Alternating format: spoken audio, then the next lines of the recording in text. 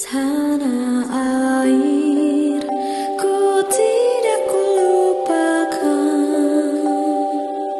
kan terkenang selama hidupku. Biarpun saya pergi jauh. Unggulannya kalau saat ini ada yang namanya B30. B30 itu merupakan biodiesel 30% ditambah dengan solar 70%.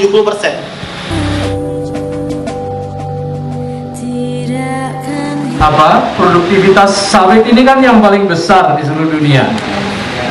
Artinya apa? Artinya untuk mendapatkan 1 ton minyak makan, kalau dari sawit itu, ya, kamu kakak bandingkan, ya, kalau untuk minyak rapat.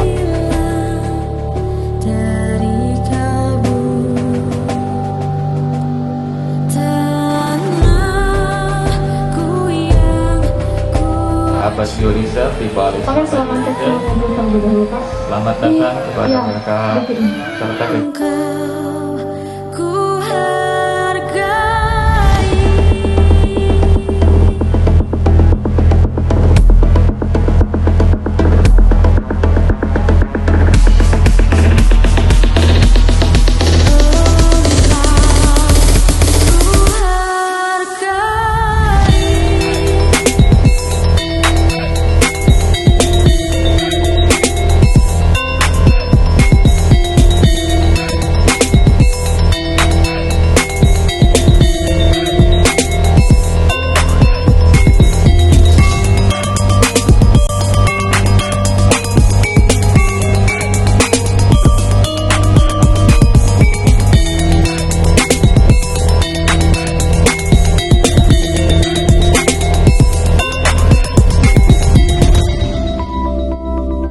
Kelapa sawit, kita balik lagi ke yang ada di depan ini.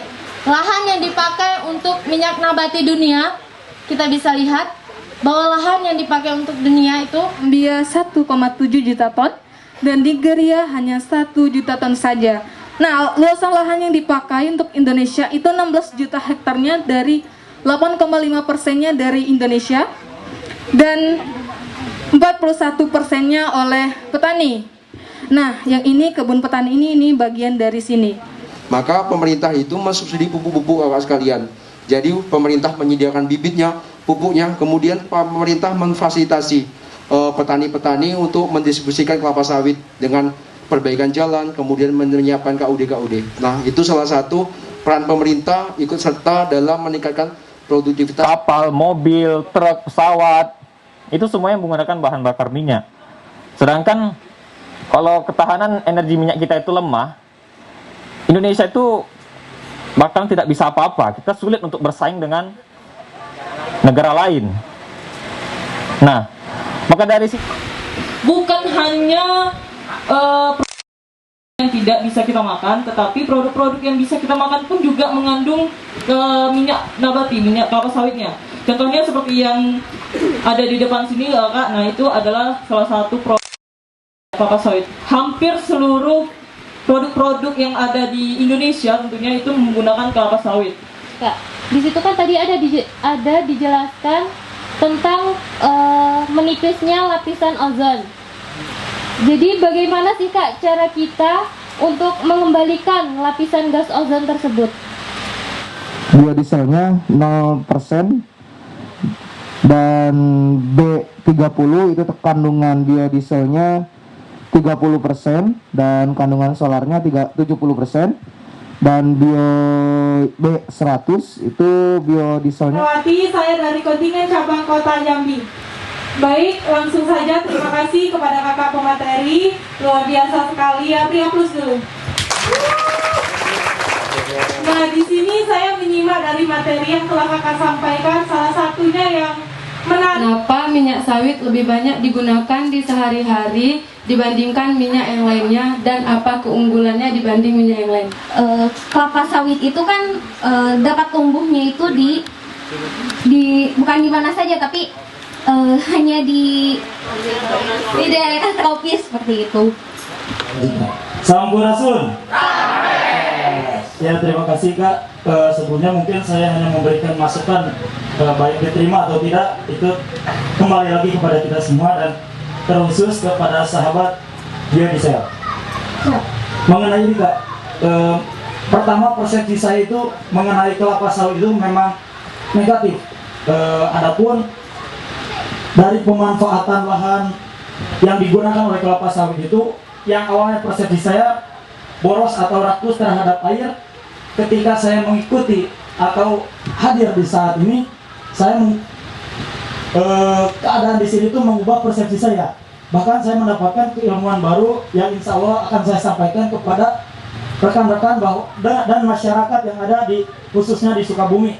Karena di Sukabumi Jawa Barat ini saat ini ada yang awalnya itu lahan perkebunan karet, sekarang alih fungsi menjadi kebun sawit. Namun masih terjadi stigma negatif di kalangan masyarakat karena pandangan masyarakat itu terhadap kelapa sawit itu memang sangat boros air dan mengakibatkan lahan sekitarnya tandus. Nah, mungkin masukan kepada rekan-rekan sahabat biodiesel bisa bekerja sama dengan Kementerian Pendidikan dan Kebudayaan serta Kominfo untuk mensosialisasikan mengenai pemanfaatan kelapa sawit ini.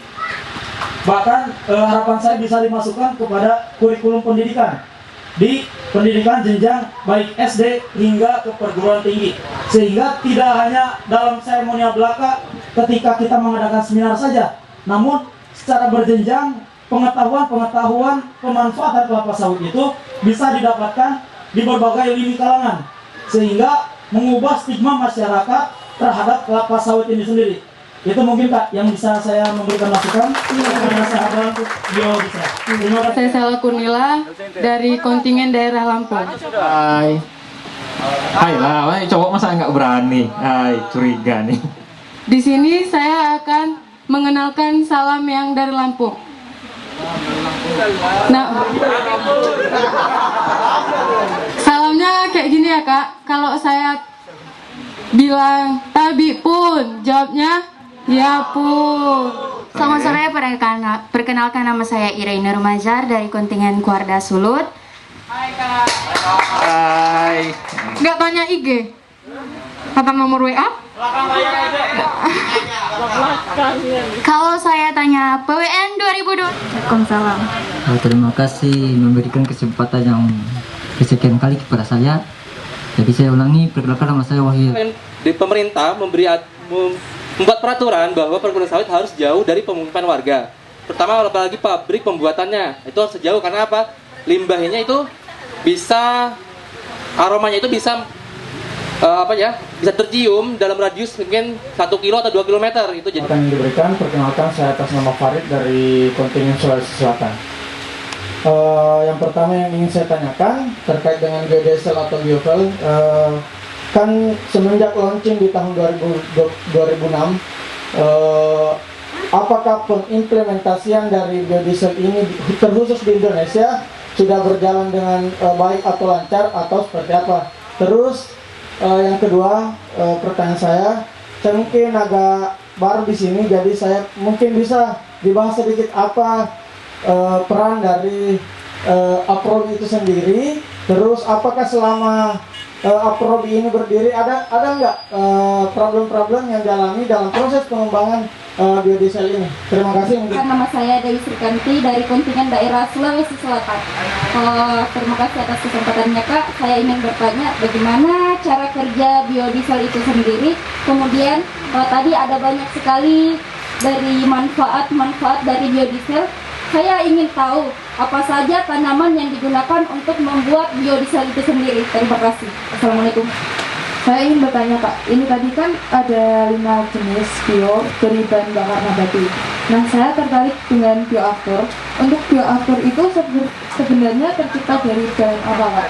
Terus tadi kan ada pertanyaan kedua, itu kan tadi udah ada pengaruh dampak negatif dan positif untuk mesin. Nah, ini saya mau tanya dampak negatif dan positifnya untuk alam ada nggak Kak? Itu. Terima kasih.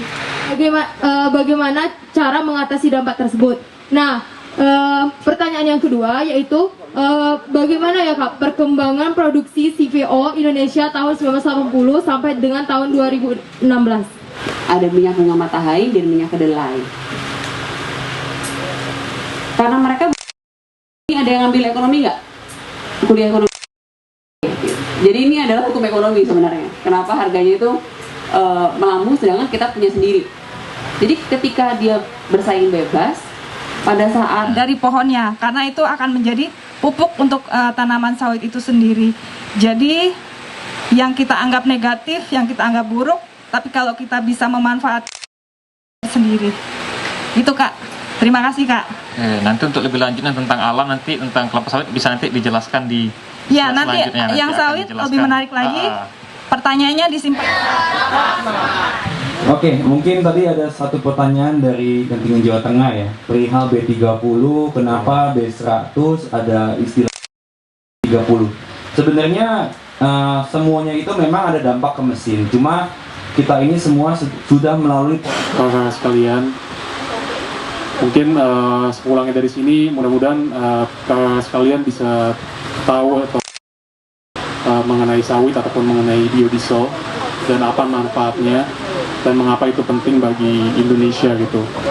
Mudah-mudahan ada sesuatu yang bisa dibawa pulang dan bisa disebarluaskan ke kerabat-kerabat kakak sekalian. Di dalam industri yang baru dimulai memang biasanya selalu membutuhkan dana. Karena apa? Untuk menghasilkan biodiesel, bioaftur dan lain sebagainya itu diperlukan riset yang lebih dalam dan membutuhkan biaya yang tidak sedikit. Di negara-negara yang maju pun ya energinya yang bersumber dari bioenergi juga lebih mahal dibandingkan dari minyak bumi. Tetapi ada strategi yang harus dikembangkan bersama bahwa produktivitas dari 1 hektar lahan itu harus bisa ditingkatkan supaya biaya produksinya bisa lebih murah dan tidak tertutup kemungkinan harga bio atau energi yang bersumber dari bio itu akan lebih murah.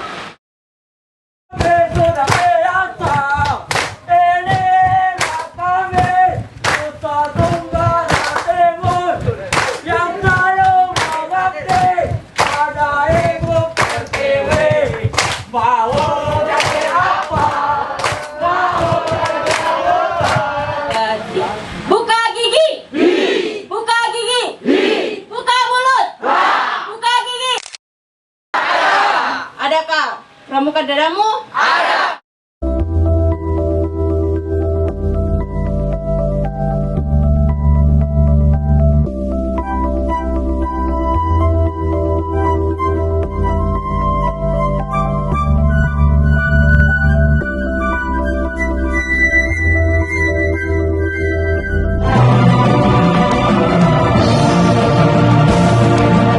The Goodness Innovation.